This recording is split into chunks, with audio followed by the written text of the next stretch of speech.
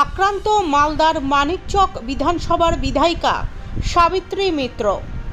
অল্পের জন্য রক্ষা পেলেন তিনি। জানা গিয়েছে, মালদহ মানিকচক রাজ্য সড়কে ধরমপুরের কাছে সাবিত্রী মিত্রের গাড়িকে সামনে থেকে ধাক্কা মারে একটি গাড়ি।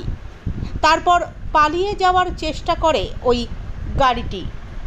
কোনো মতে বিধায়িকার গাড়ির চালকের তৎপরতাতে গাড়িটি পাশ কাটিয়ে বেরিয়ে গেলেও সন্দেহজনক গাড়িটি আবার ঘুরে এসে পেছন থেকে সাবিত্রী মিত্রের গাড়িটি ফলো করতে থাকে। ভয়ে সাবিত্রী মিত্র জনবসতি এলাকাতে নিজের গাড়িটি দাঁড় করিয়ে মানিকচক থানা এবং মিল্কি পুলিশ ফাঁড়িতে খবর দেন। সন্দেহজনক গাড়িটির খোঁজে ইতিমধ্যেই পুলিশ তল্লাশি চালাচ্ছে।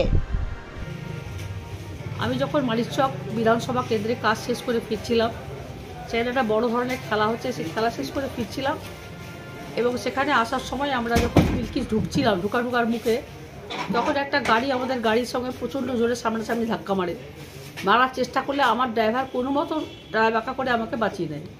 তারপরে আমরা সোজা চলে আসি। তারপরে দ্বিতীয়বার আবার দেখি সেই গাড়িটা আমার সামনে।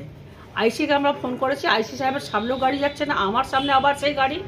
আমি যেখানে ওরা গাড়ি স্লো করছে এবং আমাকে ওরা প্রাণে মারার মানে একটা পরিকল্পনা তারা নিয়েছিল এবং আমার গাড়ির সঙ্গে ওরা স্লো করছে, যেটা আমাকে প্রথম ধাক্কা মেরেছিল। আমি ভেবেছি হয়তো কোনো রকম হতে পারে, চলে গেছে, কিন্তু সেটা হয়নি এবং আমার প্রাণটা সংশয়ের মধ্যে, মানে আমি আমার প্রাণটা নিয়ে আমি এখন ভাবছিলাম যে আজকে একটা ইনসিডেন্ট ঘটতো। এটা আমার মাথায় আছে আমার 40 বছর অভিজ্ঞতা থেকে।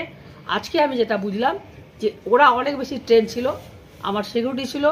আমি দাদা আইসিকে বলি এবং তৎক্ষণাৎ আমি আমার গাড়ি ওর গাড়ি যখন আমার গাড়ির সামনে দেখি, ফিরে গিয়ে আমি আবার নিজের এলাকার দিকে আমার থানার দিকে চলে যাই এবং আমাদের আইসি, ইংলিশ বাজার আইসি, আমাদের এসপি সাহেব সবাই মিলে তৎপরতার সঙ্গে আমাকে ওনারা করে বার করে দিয়েছেন। আমি বাড়িতে আছি, কিন্তু এখন অবধি গাড়িটাকে ওরা খোঁজাখুঁজি করছে। সব কিছু আমরা এসপিকে সব কিছু দিয়েছি, গাড়ির নাম্বার গাড়িটা খোঁজাখুঁজি চলছে। এই অবস্থায় আমার প্রাণ এখন সংশয়ের মুখে এবং আমার এতটা আমি অভিজ্ঞতামূলক কাজ করি, এত রাত 10টা 12টা 1টা বাড়িতে আছি, এরকম জীবনে আমার হয়নি।